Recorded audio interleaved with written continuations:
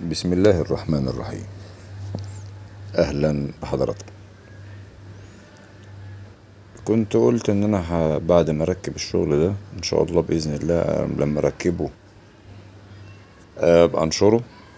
الحمد لله ربنا يسر الحال، وبعدها بيوم بالظبط كنت مركبه في مكان الشغل بتاعه، حتى ما كانش فيه أسانسير، وربنا وفقني برضو. استخدمت قوتي في تطليع الحاجة دي، لأن صاحب الشغل المعلم إبراهيم راجل فاضل واختارني دون الناس كلها، ولا انت لازم تعمل الشغل. ودي بتبقى اكتر حاجة بتخليني فرحان، مش ان انا هعمل شغل وخلاص، الناس تبقى عايزاني انا اللي اعمل الشغل، ودي احلى حاجة بتعجبني يعني. دي العتبة طبعا، مع ان انا قلت له نعمل المطبخ ونطلعها من التفريغة، بس ما كانش في مطبخ يعني بصراحة. ده شكل العتبة. الرسمة دي انا بعملها بايدي، برسمها بايدي، ملهاش فرمة يعني. هنا البار اهو بعد ما راكب، كنت لسه بقفل فيه، وربنا يبارك لي في اسلام يا رب، ويبارك في عمره هو واخواته. كان هو اللي بيصورني يعني. دي مادة، الجو كان حر طبعا، كان اول يوم الكهرباء قطعت الساعة 4 في المكان ده، لكن انا الحمد لله ما عنديش كهرباء بتقطع اصلا يعني، بفضل ربنا. المكان اللي انا فيه، اللي انا عايش فيه يعني، تقريبا الخط اللي احنا فيه خط استراتيجي، ما بتقطعش فيه الكهرباء الحمد لله يعني. ربنا يديمها نعمة ويحفظها من الزوال. كنت ناوي برضه أقول على حلول تساعد الناس في الأزمات اللي بيتعرضوا لها، من منظوري اللي مش متواضع يعني. الفكرة كلها ما نستناش حاجة من الحكومة. الحكومة كفاية اللي هي فيه، ربنا يسدد خطاهم لنا الله. هنا البار كان ارتفاعه مش ارتفاع بار. فاول ما دخلت طبعا معروف عني ان انا ما بسكتش في الحق في الشغل وغير الشغل يعني. انا من النوع اللي هو يعني ايه، اكيد عارفيني يعني، مش بسكت. بنصح لله لما يكون اللي قدامي هيقبل مني نصيحة، مش حد ما اعرفوش بنصحه وخلاص، لا، اقل حاجة هيقول لي انت مالك. لكن لو حد اداني الحق ان انا انصح او اتكلم او قال لي قول رأيك، ما بسكتش. طيب في التعليقات اللي بكتبها في اي حتة، انا بكتب التعليقات دي قانون السوشيال ميديا كده. في مكان للتعليقات انت حر تقول رأيك بكل صراحة، طالما مش هتغلط في حد، واللي بيغلط فيك اغلط فيه. بس القانون هنا اللي بينظم التعليقات والحاجات دي معروف. انت دلوقتي عندك مكان للتعليقات، يعني قول رأيك، واللي انت بتعلق له ده سلعته كده يعني. هو سلعته ان هو بينشر حاجة، وانت بتشتريها منه انك بتقول رأيك، او بيعجبك الفيديو بتعمل لايك، ما بيعجبكش الفيديو بتعمل ديسلايك. دي الفكرة.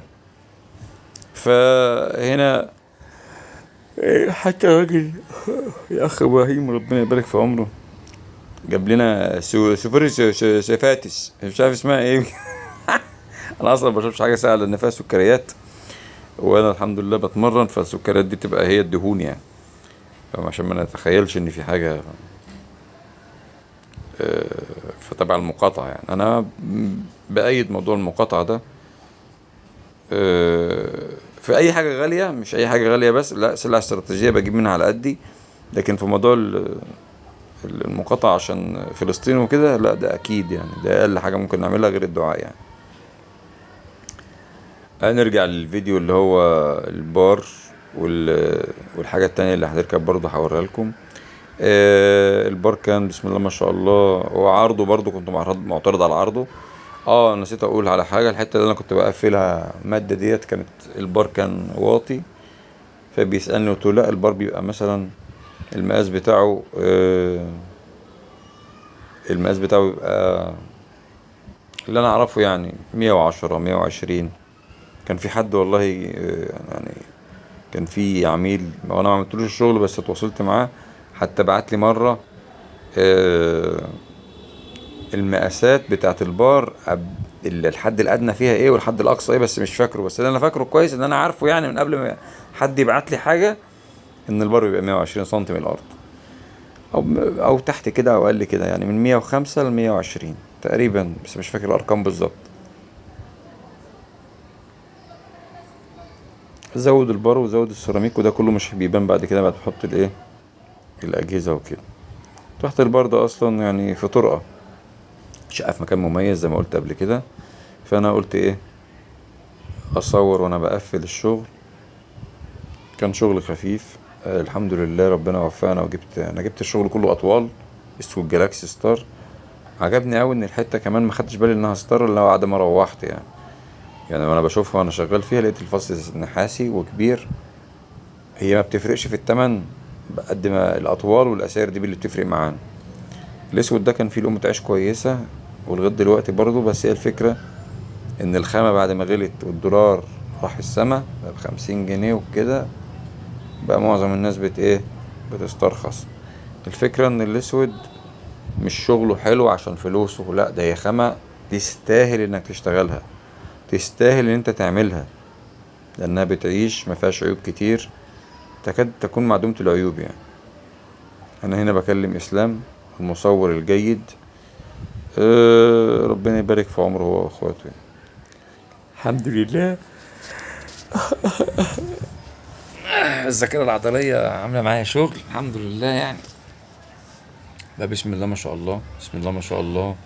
كانت حتة في منتهى الروعة، كنت راضي عنها جدا. قفلت وحطيت وزر والحمد لله. كنت بمسح بس بقماشة، يعني انا مسحت بس الوش بقماشة. الشقة دي الحاج ابراهيم استلمها وهو مش مهندس معماري ولا حاجة، وراني فيديو بهدلة يا جماعة. اهو حاج ابراهيم ده والله العظيم عدل احسن من المهندس، وبتشغل يعني مش بيشغل مخك، انت تحكم المنطق هتلاقيه بيتكلم في الصح في كله، سبحان الله يعني.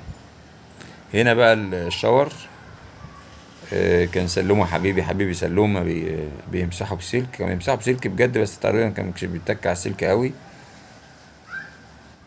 وقعد يقول لي لا ما تنزلش الفيديو يا بابا عشان هو بيتحرج.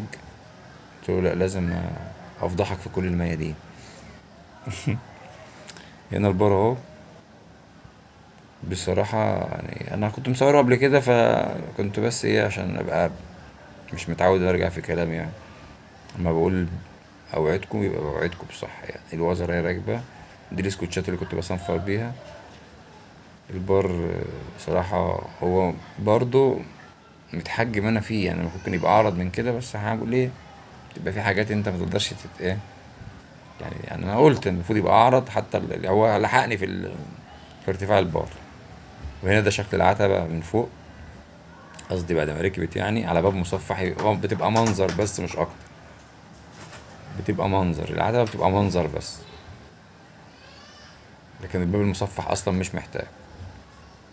دمتم في امان الله، والسلام عليكم ورحمة الله وبركاته.